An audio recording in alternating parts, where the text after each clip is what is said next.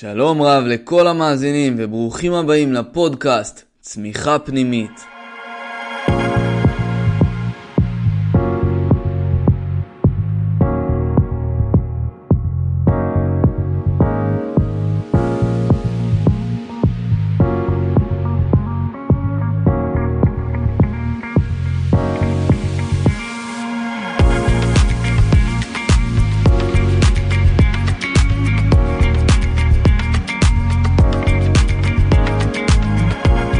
לפודקאסט. אני תמיר לפני, שרבליסט קליני ומטפל בהתמודדות רגשית בעזרת צמחי מרפא וחוויה גופנית.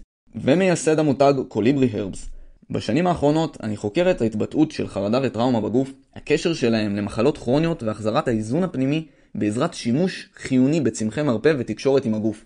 בכל פרק ופרק ובמהלך הפודקאסט כולו אנחנו יוצאים ביחד למסע, שתהיה האזנה נעימה. אז שלום לכולם וברוכים הבאים לפרק נוסף בצמיחה פנימית.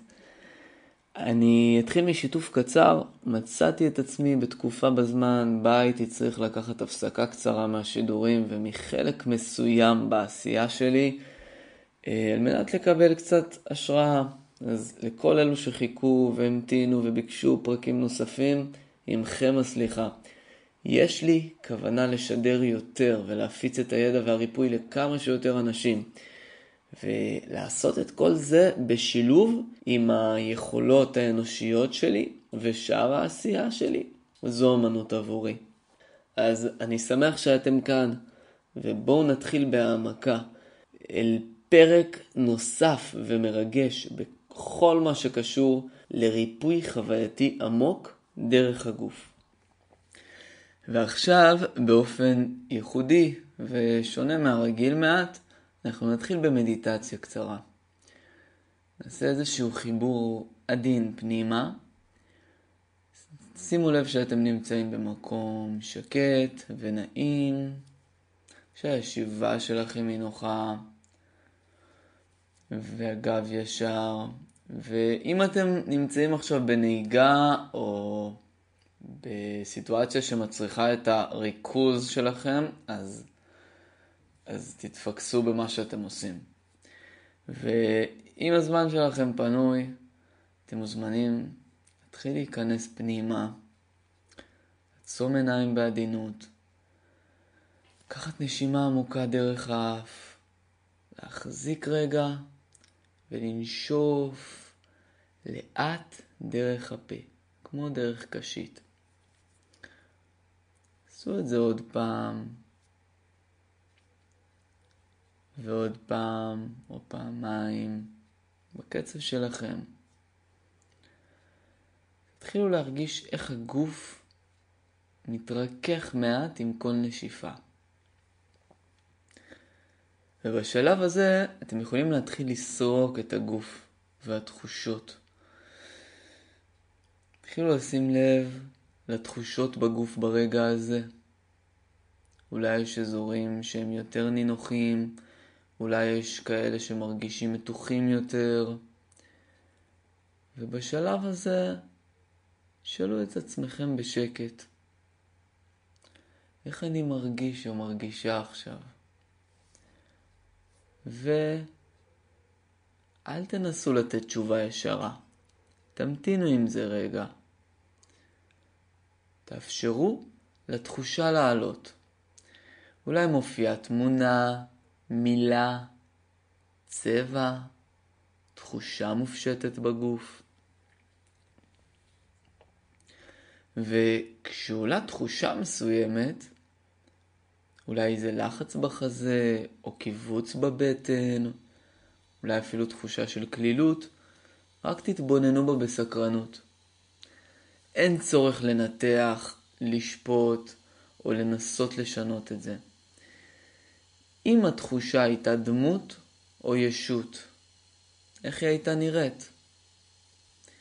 אם היא הייתה מדברת, מה היא הייתה רוצה לומר לכם? תנו לתחושה לדעת שאתם שם איתה, בלי לחץ. אולי תרצו לשאול אותה בעדינות, מה את מנסה להראות לי? אם עולה תשובה, קבלו אותה בהכרת תודה. אם לא, זה בסדר. מספיק שהייתם שם והקשבתם. וקחו עוד נשימה עמוקה, ושימו לב שוב לכל הגוף שלכם, לכפות הרגליים על הרצפה. מה המנח שלהם? מה התחושות? למשקל הגוף על הכיסא. וכשאתם מוכנים, לאט לאט, תתחילו לפקוח את העיניים. כשאתם פותחים את העיניים, תמצאו לכם משהו נעים להסתכל עליו. יכולים לשתת קצת עם המבט שלכם בחלל שאתם נמצאים בו, ולאט לאט לעצור על נקודה מסוימת שמרגישה לכם הכי נעים. ומשם לחזור לכאן ועכשיו, תוך כדי שאתם לוקחים איתכם את החוויה הפנימית שהתרחשה.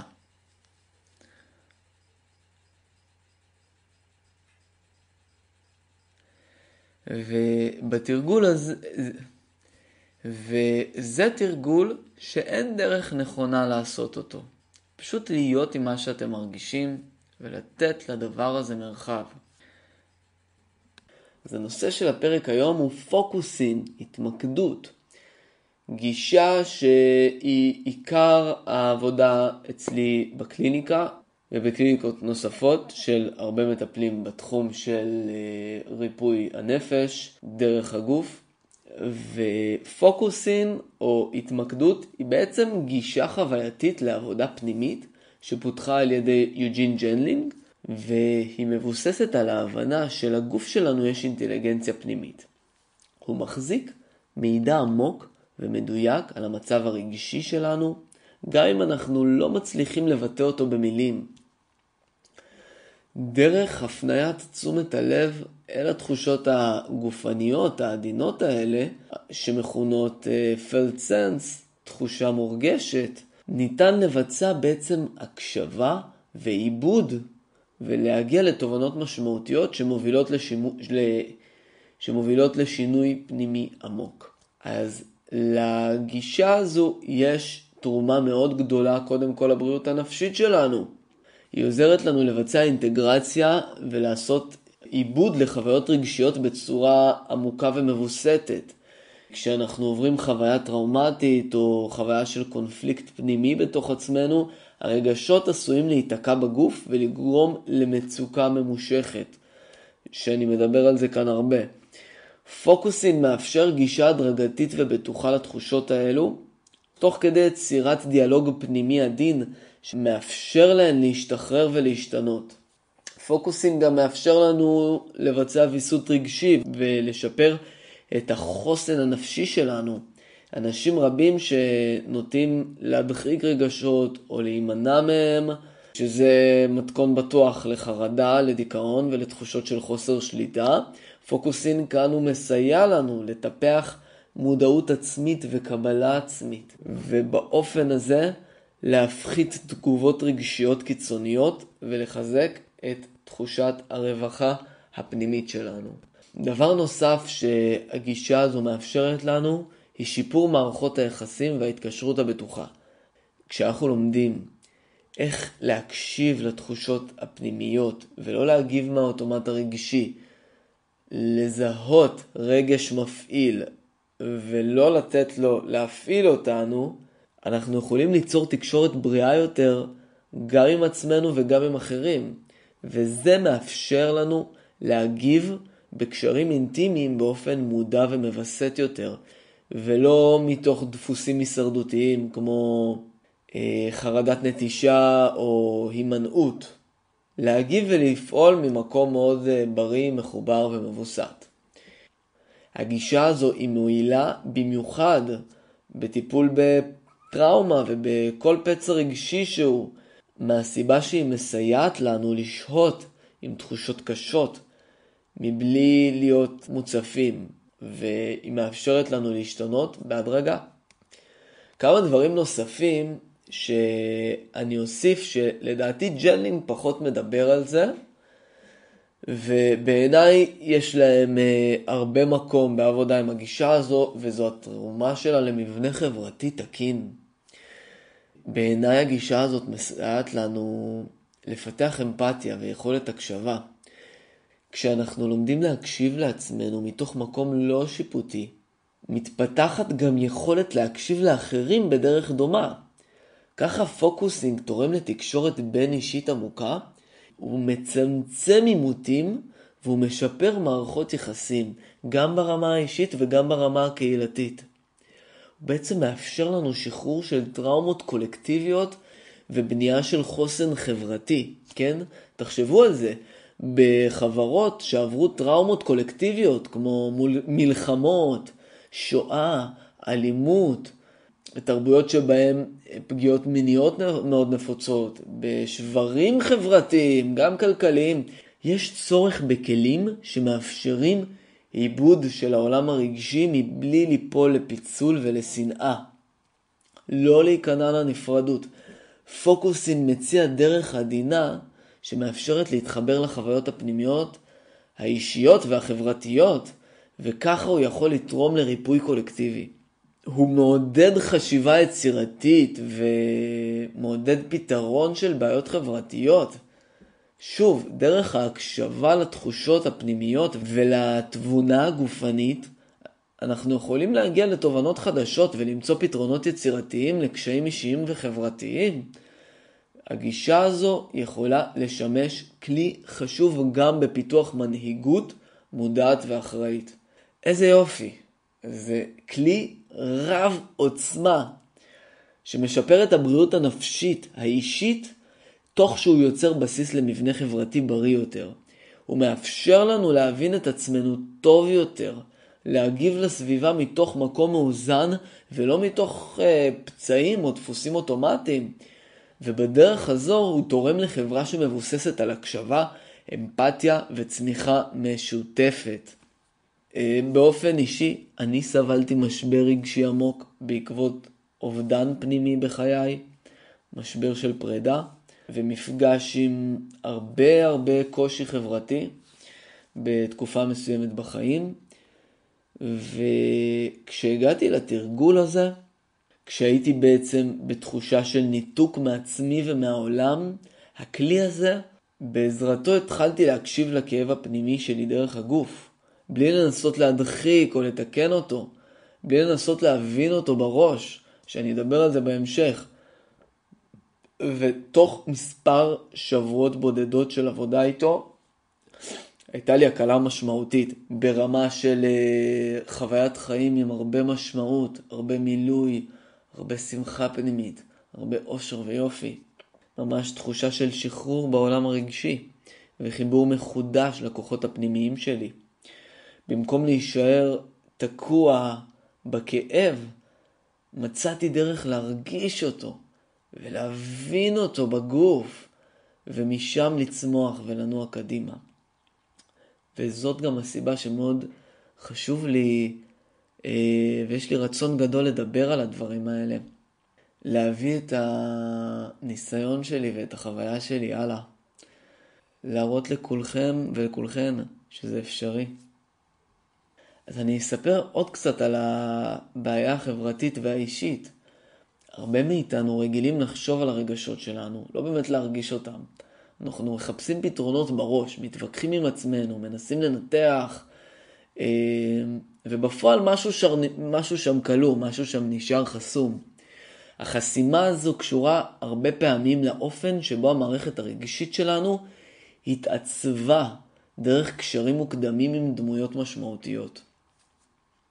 יש רגשות שהם אדפטיביים ויש רגשות שהם חוסמים. למה הכוונה? רגשות הם מנגנון אדפטיבי שהמטרה שלו הוא לכוון אותנו לקשר, לביטחון ולתגובה מותאמת לסביבה. וכשרגשות ראשוניים מקבלים מענה בטוח בילדות, הם מתפתחים לרגשות אדפטיביים, כלומר רגשות שמנחים אותנו לפעולה מדויקת, אותנטית ומועילה.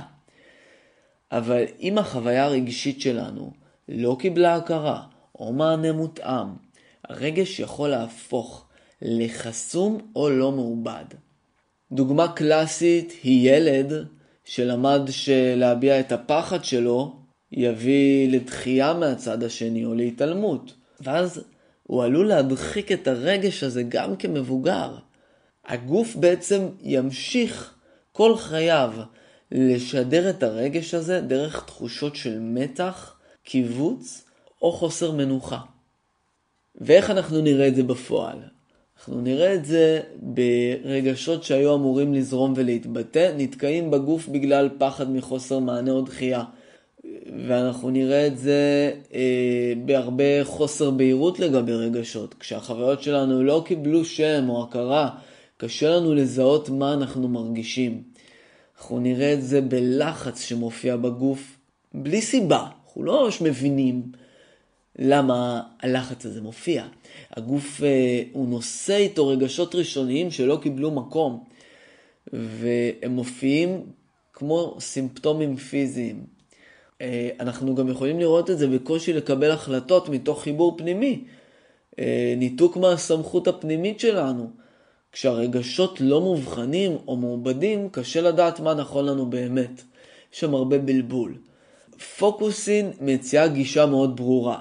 לא לנתח ולא להילחם במחשבות, אלא להקשיב לגוף ולתחושות הגופניות שמלוות את הרגש.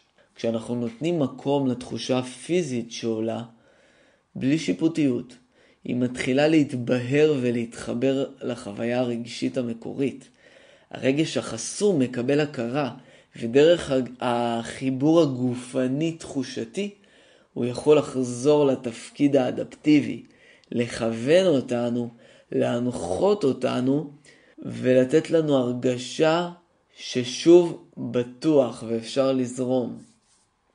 במילים אחרות, פוקוסין הוא כלי שמאפשר לנו לעבוד עם רגשות תקועים ולהשיב להם את המקום הטבעי שלהם כמנגנון אדפטיבי שמחבר אותנו לעצמנו ולסביבה. מנגנון שהמטרה שלו היא לכוון אותנו לקשר, לביטחון ולתגובות מתואמות לסביבה. אז יש כל מיני דוגמאות מהעולם ומהקליניקה שאני חושב שמתאימות לכאן. קודם כל הפצעים האישיים והקולקטיביים שלנו, והחיבור ההדרגתי לחוויה הגופנית. יש לי זיכרון ממטופל שהיה אצלי בעבר בקליניקה, הוא הגיע כי הוא סבל מהתקפי חרדה שקשורים לאירוע טראומטי. ובתרגול של הפוקוסין הוא סיפר על תחושות של מחנק כשהוא נזכר באירוע. ובעזרת הכלי הזה, בעזרת פוקוסין, הזמנתי אותו לשים לב בעדינות לתחושות של המחנק. איך זה מרגיש? מה התחושה? בלי לנסות להעלים אותה. רק לשהות איתה ולראות אם עולה דימוי מסוים מתוכה, אולי איזה מסר, תמונה, זיכרון, מקום, בן אדם.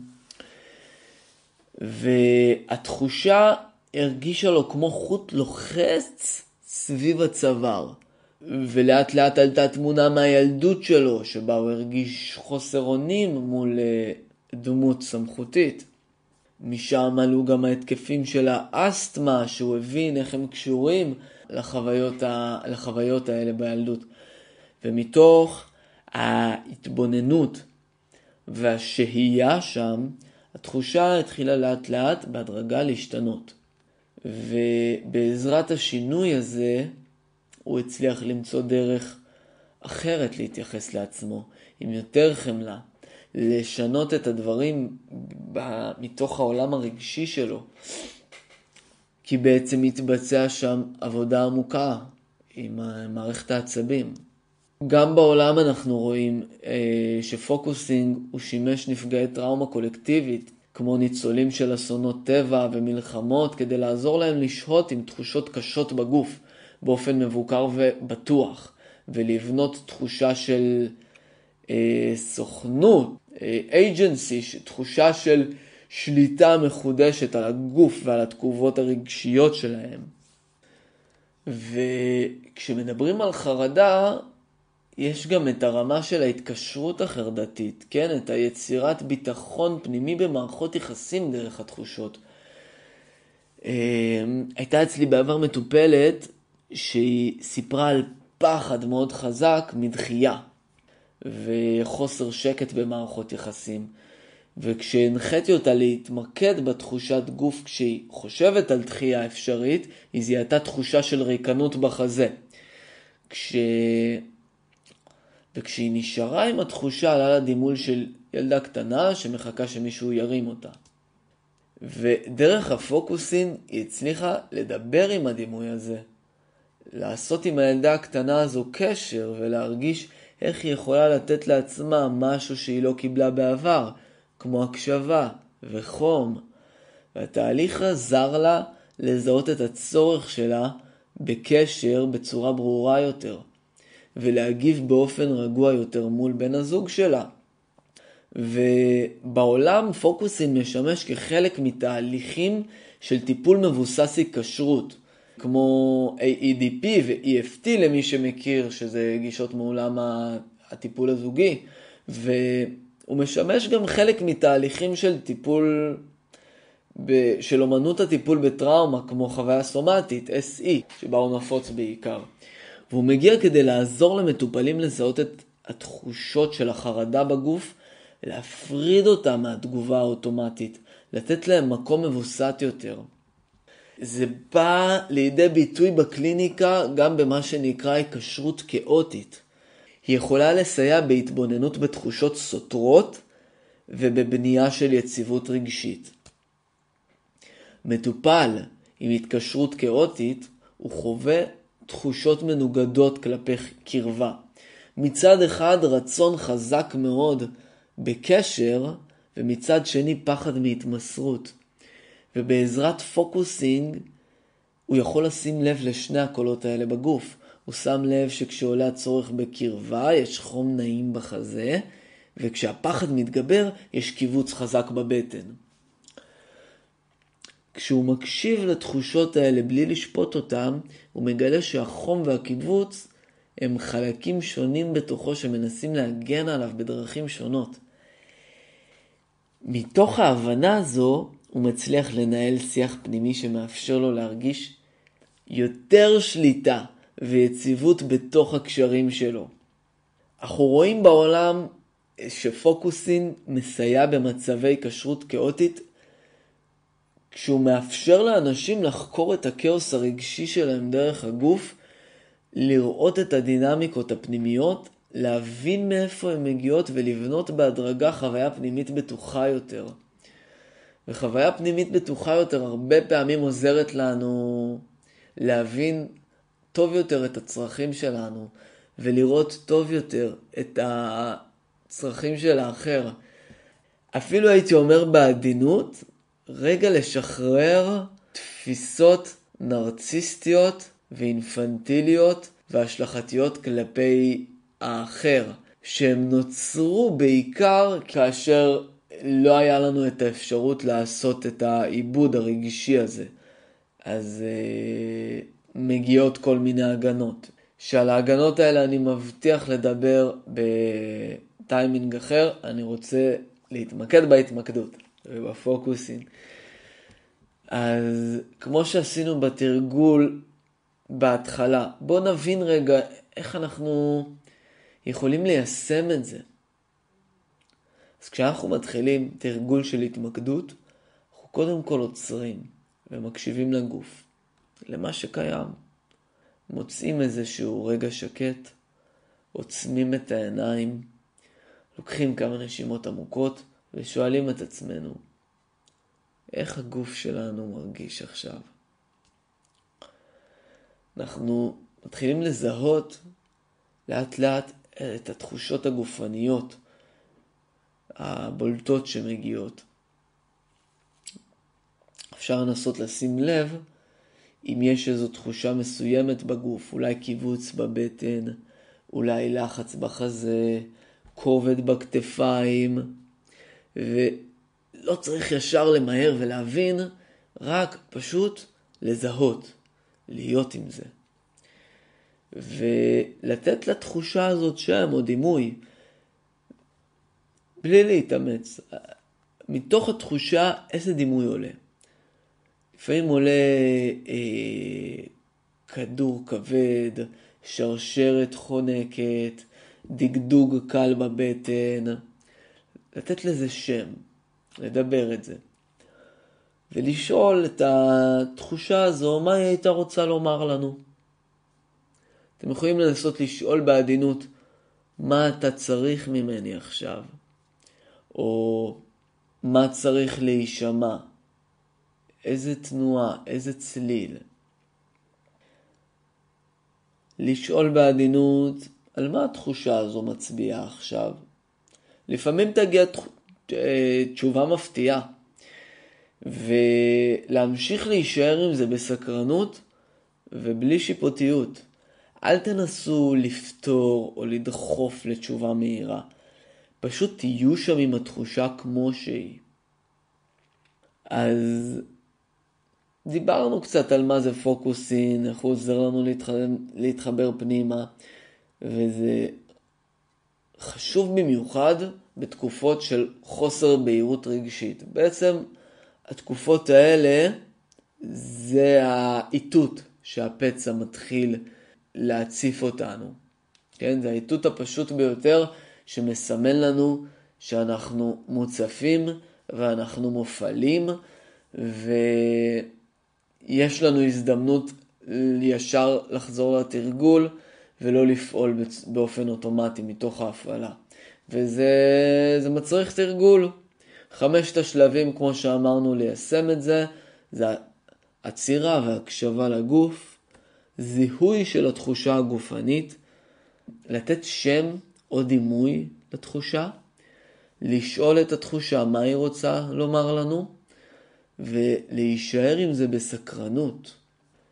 זהו להיום, חברים. אם הפרק הזה נגע בכם, אני מזמין אתכם לנסות את התרגול הזה ממש היום. תקשיבו לפרק מההתחלה, קחו לכם כמה דקות לבד, שבו